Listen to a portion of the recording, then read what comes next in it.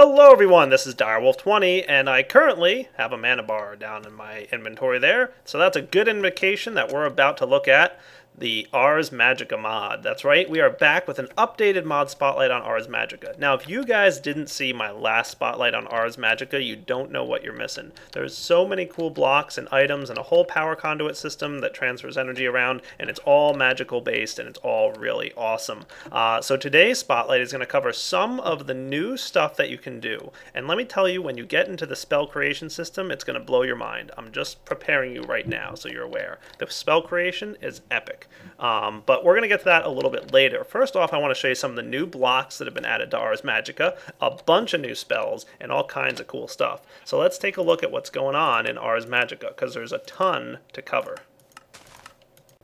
Alright, so quick recap of Ars Magica. As you may recall from the prior spotlight, there's a bunch of blocks and all kinds of cool stuff you can get. The first one I'm going to show you is the Arcane Empowerment table, which is required to boost up your level. And the current level of your mana, which you can see I'm currently magic level 20, you need to get equal to that in experience levels, and you'll be able to gain one level. So once I get up to experience level 20, and I go ahead and click on this, I'll be magic level 21, and I'll get more mana and the ability to cast more spells, because different spells require different amounts of mana, and some of those spells you won't be able to cast if you don't have the ability to do so.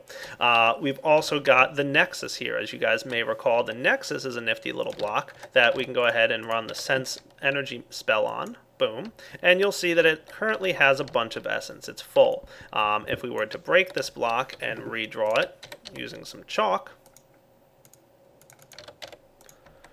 we'll see that the essence is currently empty, and you can drop items into the essence, the little nexus here, and it'll start destroying those items and give you a small amount of essence. I'm going to go ahead and drop a full stack of pure essence in here.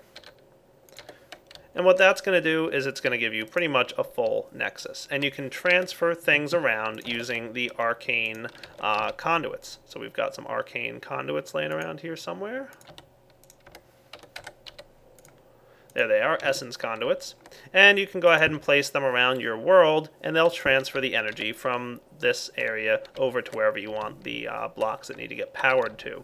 So those are the basics of Ars Magica. If you don't remember any of this stuff, you should go check out my prior spotlight. Now, let's talk about some of the new things that have been added to the Ars Magica mod, because there's a lot to cover, and I really need to get right into it.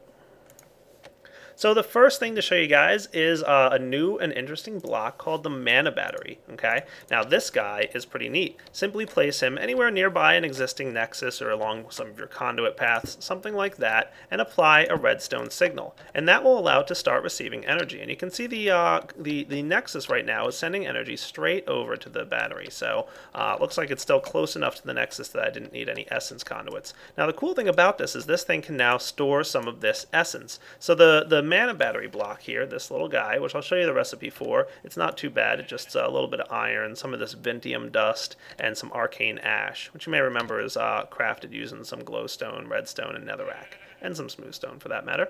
Yeah, pretty cool, right? And then the Vintium dust is something you get from smelting Vintium ore. Cool. Now this thing is really nice because it allows you to charge this block near your nexus or wherever you're at your main base. And if you want to set up kind of a little bit of a remote base, well, go ahead and break the block and it'll retain its storage. So you can see right here it's got a little bit of a damage bar on it. And if I go over here and place it down, you'll see that it's still about 20% full. How cool is that? And you can go ahead and use this thing for all kinds of different purposes.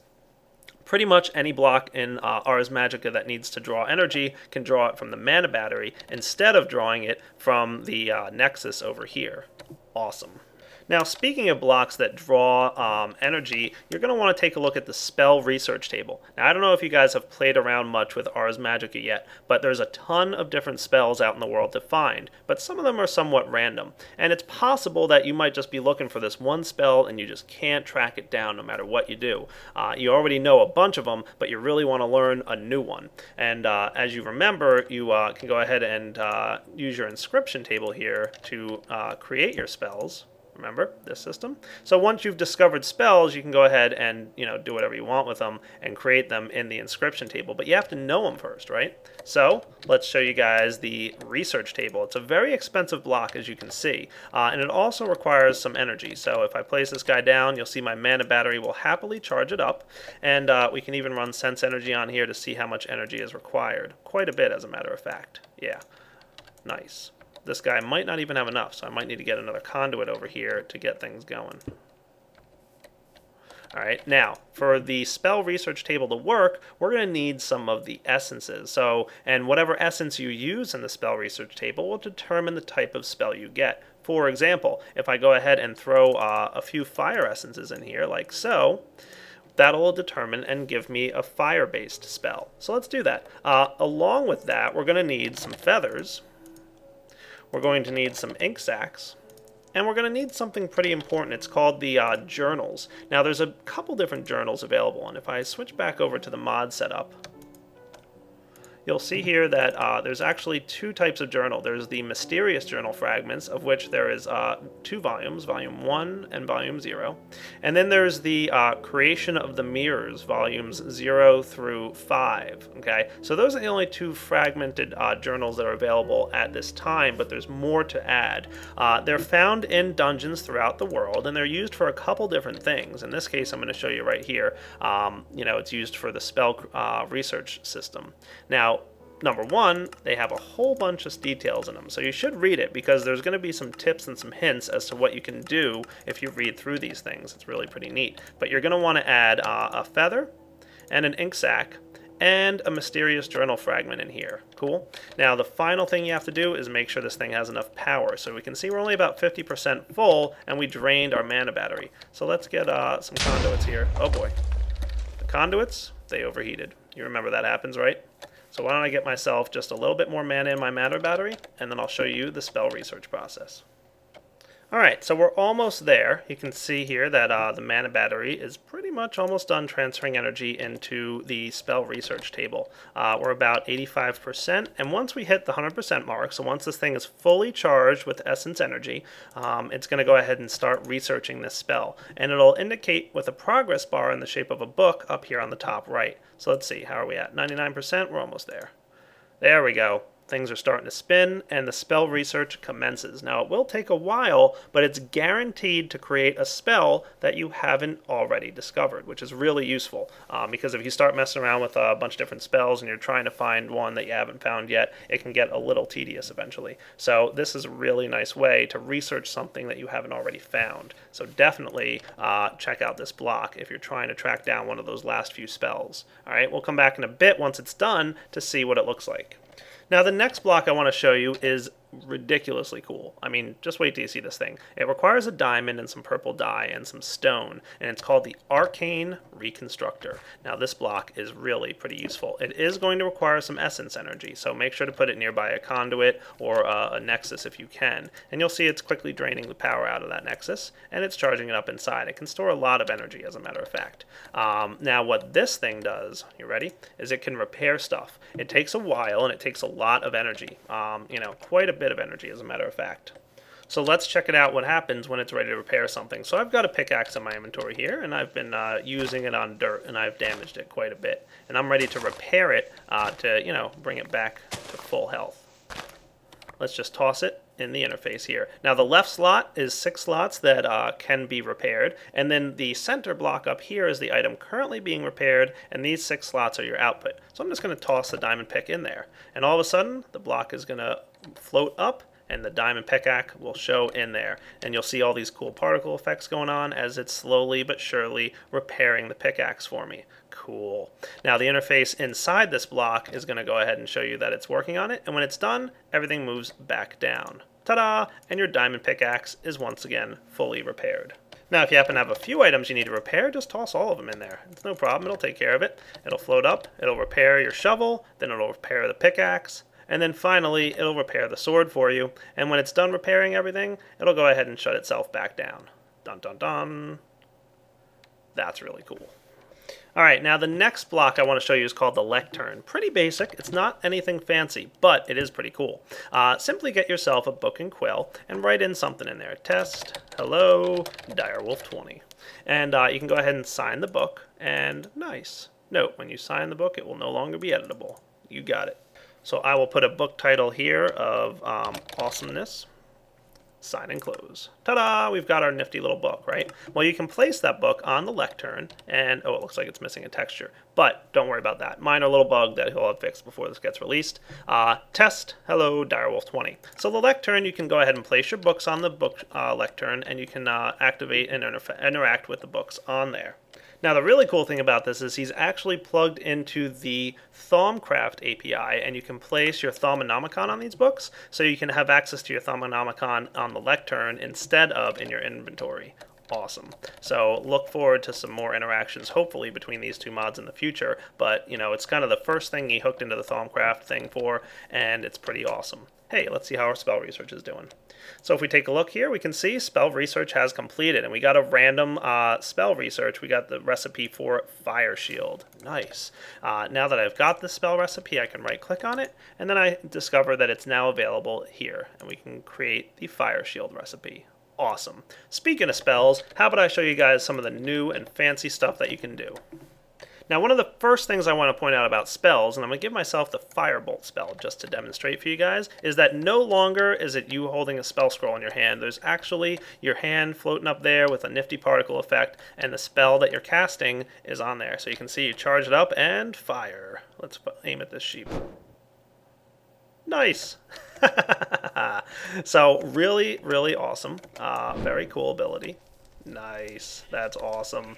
And all kinds of different spell effects and all kinds of different things you can do. So let's take a look at another one here. We can activate the jump ability. Dun dun dun. And you can see jump allows you to jump really high. Now remember, like I showed you guys last spotlight, you have, if you look on the bottom in the center there, underneath my magic level, you can see that it's currently in normal casting mode. You can also put it in you know, a lower casting mode, which uses a little less mana. Normal mode is a bit more powerful of a spell and uses more mana, and then augmented mode uses more mana by far, but has like a much stronger ability, which is awesome. Cool. So lots of neat spells and abilities that you can do. But remember, of course, that if you want to use augmented casting mode, sometimes you're going to need what's known as a reagent. So keep that in mind. So, you know, sometimes it just costs more mana, other times reagents. But you can see in augmented mode, we're definitely doing some cool stuff with this giant fireball. Now, of course, as you're casting spells, you drain out mana, and you slowly recharge your mana over time. Don't worry, though, there's a couple things you can do to help out. First off, there's some mana potions you can get, so let's flip through here. Looks like we've got a couple. Some standard, epic, legendary mana potions. They'll help you instantly regen mana as needed. And you can also craft yourself a mana restoration bundle, which is basically combining 3 of them into one item. Not bad at all. And you can see here that we've got 3 uses remaining on our bundle, and if we drink one, it'll go ahead and show that we've only got 2 uses remaining, and the glass bottle goes back in your inventory. Cool. Now, the other way you can get mana back, which is new, is with this thing right here. If you grab yourself a Sense Energy spell, and I'm just going to grab one real quick.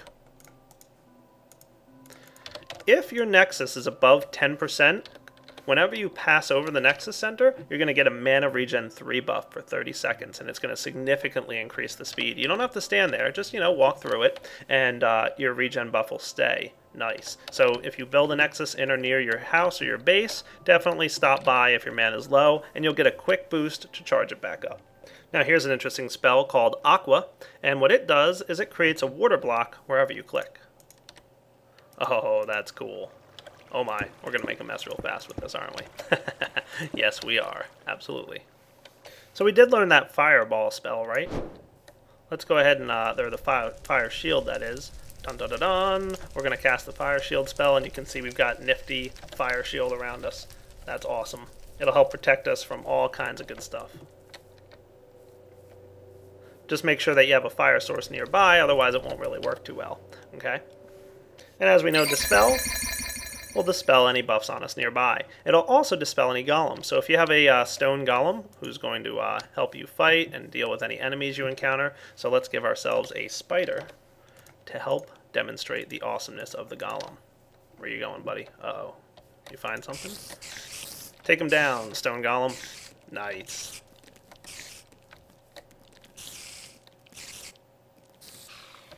Cool.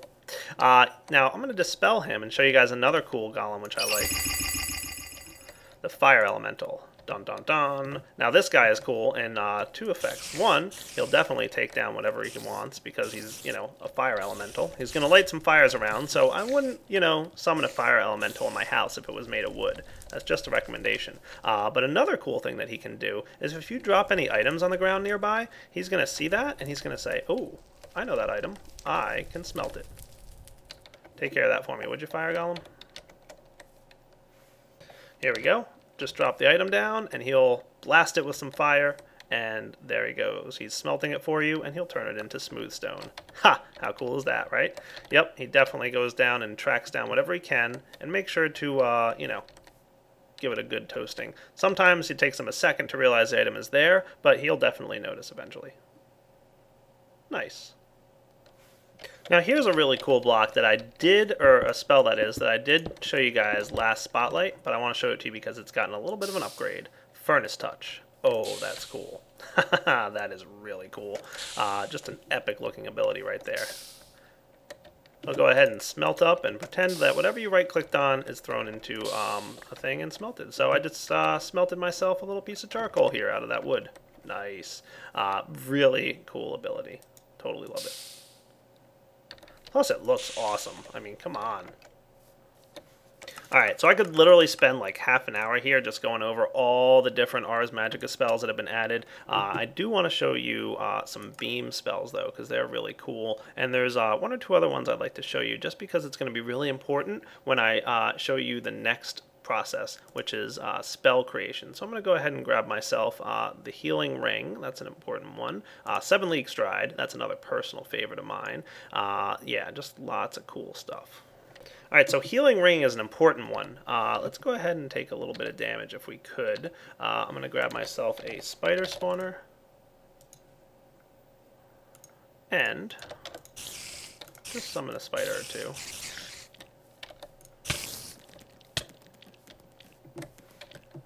I could probably take off my armor too. Alright, there we go. Lots of damage taken. Let's go ahead and cast the Healing Ring. Boom. Ta-da! Inside the Healing Ring you will be healed, but outside the Healing Ring you won't. Just step inside and you'll get healed pretty quickly. Nice. That's a cool ability. Now 7 League Stride is another good one, and so is Blazing Beam. The beam spells, you may recall, are awesome looking. Oh, that's so cool. Do make sure you're close enough, because they don't have the longest of ranges, but they are, you know, pretty decent in terms of range. They, of course, you know, can go a little bit further if you augment their casting, but it's going to cost, you know, more mana. Very cool. And of course it starts fires wherever you, you know, shoot it, so be careful about shooting this one indoors as well. And then finally, 7 League Stride. If you remember from the last Spotlight, I showed you guys the Blink ability, okay? So let's go ahead and grab that one. And Blink lets you teleport a short distance forward. There is, of course, a item that prevents players from blinking nearby, but, you know, we can also try out 7 League Stride. Ta-da! And whoa, did that thing really send me far. So 7 League Stride is basically Blink on steroids. Now, as you can see there, it you know, used up quite a bit of my mana, so I better get myself a you know, big mana regen potion. Let's do the legendary one, sure, why not? And teleport ourselves back. 7 League Stride is cool. Alright, one more I gotta show you. So here's another one that I was promised by Mythian I would love. It's called Astral Distortion. It prevents any teleportation for a limited time around the player. Awesome. Let's go ahead and charge it up and cast. Cool. Enderman, how's it going? Oh no, you can't teleport, can you? Uh-oh, he did. It's immediately around the player, so make sure to stay real close to the Enderman. Otherwise, you know, they're going to be able to teleport away. See? He keeps getting the teleportation particles around him, but it prevents him from actually going anywhere. Nice. See, if you get too far away from him, it's real close nearby that you have to stay. Now, another awesome ability for those of you who are constantly running out of magic is the staffs. You can get 3 types of staves. You can see here they require some of this Vintium dust and a lesser focus for the lower version one, a regular focus for a higher tier one, and you're going to need some Arcane Ash and a greater focus to get the Master Spell Staff. Now, this guy is pretty awesome in that you can combine the Spell Staff with a spell, and you'll get a Spell Staff that casts that spell. See? And it'll tell you how many uses you have remaining and how much of charge there is. So, you know, different spells require different amounts of charge, and you can, of course, change the augmented ability here and see, you know, what it does. But it's pretty much awesome. So you can just right-click your staff, and boom. And it didn't cost me any mana. How cool is that? Take down that sheep. And that one. Oh no! So you can see it's draining some of the charge out of the staff, and it's only got so many uses remaining, so keep that in mind, but it's really neat. Alright, now for the part that I've been really excited to show you guys. It is a really interesting system called Spell Creation. Now, Spell Creation is an in-game way of combining different effects and different abilities with different spells. Dude. It's cool. Alright, so let's go ahead and take a look at all the different spells that we have available in the mod Ars Magica, and I'll tell you what I'm talking about. So, I've shown you guys beam spells, right? Where you can, you know, shoot a blazing beam, for example. Yeah, so cool. And I've shown you another spell. Let's take a look at this one over here called Dig. And you've also got one called Dig 2, which basically increases the type of blocks you're allowed to dig. So with the regular Dig spell, you can only handle things that a stone pickaxe can break. With Dig 2, you can dig through any blocks that a diamond pickaxe can break. So simply, you know, right-click on this guy and normal casting mode, and the Dig spell will dig. But how cool would it be to have a beam spell that could also dig for you? Well, luckily, there is a way to do that with the spell creation system. It's awesome, and I'm about to show it to you guys right now. Let's get started. Alright, so what do you need to get started with spell creation in Ars Magica? Well, first off, you're going to have to get yourself a crystal stand, okay? Not hard to make. Ta-da! Then you're going to need to get yourself a pure Vintium crystal. Now this requires some diamonds, it requires some pure essence, which you have to check out on the wiki how to make, and you'll also need to get yourself some purified Vintium, which requires both types of the flowers that are added to World Gen, as well as some Vintium dust and some Arcane Ash, okay? So pretty important stuff. But once you've got that crazy Vintium crystal created, you can just place it right on top of the stand here. Oh, cool. This thing is awesome.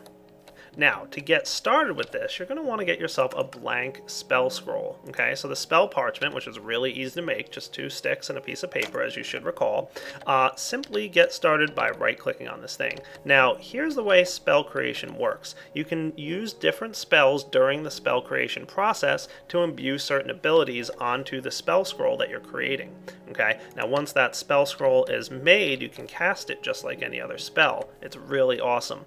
Now, the downside to this is every time you add abilities or augments or whatever to the spell scroll, it adds a bit of instability to the process of creating the spell. You're about to see the Vortex get created, which is where all the spell imbuing occurs, and as you add abilities to it, it destabilizes the vortex and causes some bad things to happen. Now, the more unstable it gets, the more bad things can happen. There's a long list of negative effects, none of which you want to have happen. Trust me, it's bad stuff.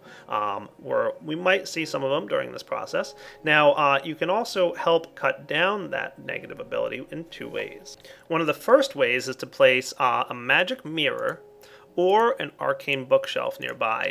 You can place both, actually, but you can't place more than one of each. The arcane mirror you'll find in some of the World Gen structures of Ars Magica, so you gotta go find one. The arcane bookshelf, on the other hand, you can actually craft, and you just need to place these about 8 blocks nearby, anywhere really, and having more than one doesn't help. So having 10 magic mirrors here, there's really no difference, just one at a time. That's all that really helps out. Now, into the bookshelf, you can place some completed journal fragments. So remember I showed you guys those journals earlier. You can either put one of each of the mysterious journals here in, or you can put, you know, all 5 of these ones in. But you just got to right click on the bookshelf and add them in. Okay, and that's going to help out with the whole process. It just reduces the likelihood of instability. Now, the other thing that you can do is cast a spell called Stabilize Vortex.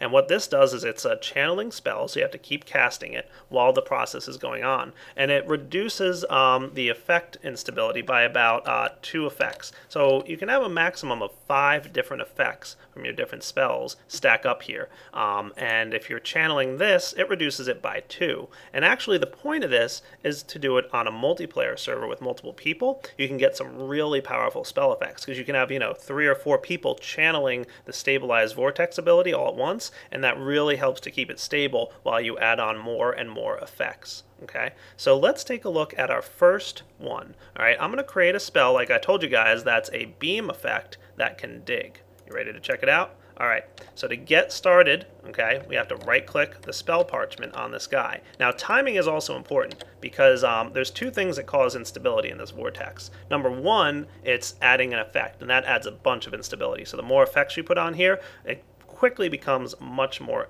unstable. The other thing is just time. For every second that passes by, a small amount of instability is added based on how many effects already exist. So the more effects you have, the quicker time is against you. So you really got to be quick. That's the main reason that I'm doing a job of explaining this process before I get started, because once it does get started, you kind of have to be quick about it. Now, the last thing to tell you guys before we actually do this, and I know you're probably like, come on, Direwolf, I want to see it. Don't worry, I'm getting there. There's 3 types of effects you can put on here. There's the modifying effects for both diminished and augmented casting, and then there's the regular casting effect, okay? So if you're in diminished mode, when you go ahead and add this spell to the system, okay, so with the down arrow is diminished mode, okay, it's going to go ahead and put the spell's type to the same spell as what you cast. So basically, if I cast a beam spell, so this one right here, it's going to make this a beam spell. It's not going to make it a fire spell. Okay. If I, however, go ahead and put it on normal casting mode like this, and then I cast, it's going to make this a fire spell, not a beam spell. Okay. So depending on what casting mode you're in, depends on what it's going to do. Now in augmented mode, it can modify with other effects called modifiers. So for example, you can go ahead and if you're casting a damage spell, so this firebolt is a damage spell, when you go ahead and use the augmented casting effect, it'll make it do more damage. And if you put a healing spell on there, it would do more healing or give a healing boost, something like that. You can also, if you use a beam spell, it'll go ahead and, increase the range of the beam. Pretty cool. So what we can do here is create something, with different effects. So again, for Blazing Beam, which is both a fire spell and a beam spell, if you have it in diminished mode, it'll make whatever you're creating a beam spell. And if you have it in normal mode, it'll make it like a fire spell that does damage. All right. So since I want to do a Blazing Beam that digs, what I want to do is a diminished mode Blazing Beam, and that'll make it a beam. And then I want to do a normal mode dig spell. And what that'll do is it'll give me a beam that digs. Cool. Let's give it a shot.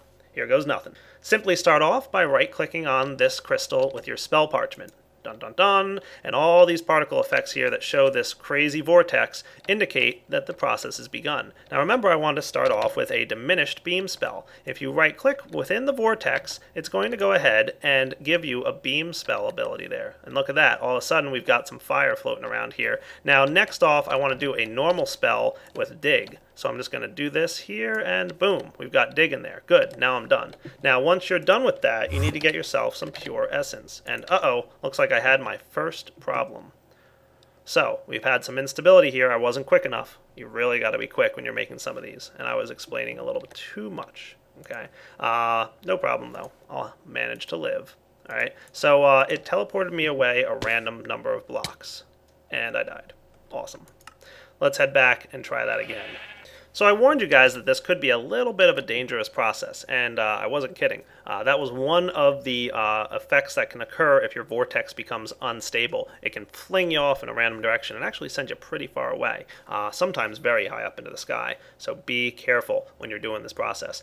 You could also have explosions and all kinds of other nasty stuff. It's a little bit random with the timing, so again, the more effects you're trying to stack onto one spell, the worse things can get for you. So here goes nothing. I'm going to try this one once more. I'm going to activate the Vortex, and hopefully I can pull this off. Now, something I didn't tell you before is to complete the process, you need to use some pure essence. Just drop it on the ground nearby, and it'll absorb that pure essence and complete the spell effect. Okay, so let's do this now.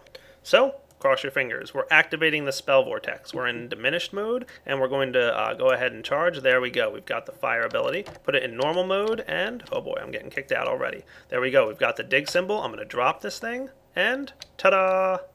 It completed. Nice. And I've got the Sancte Etherea. Alright, you can see it's a custom offensive beam spell combining the Blazing Beam with the Dig ability. You can see the D next to Blazing Beam indicates that it was in diminished mode, and Dig was in normal mode, and its affinity is Earth. Let's give it a shot. Ready? Here goes. Alright, go, beam spell, go. Ta-da! Nice. Alright, so there's no beam effect at the moment, but that's something I kind of already reported to Mythian, and he's going to resolve. But for now, just imagine there was a big beam ability coming out of there, similar to this one. Okay, but you can see it was definitely digging in a beam type effect. Cool, right?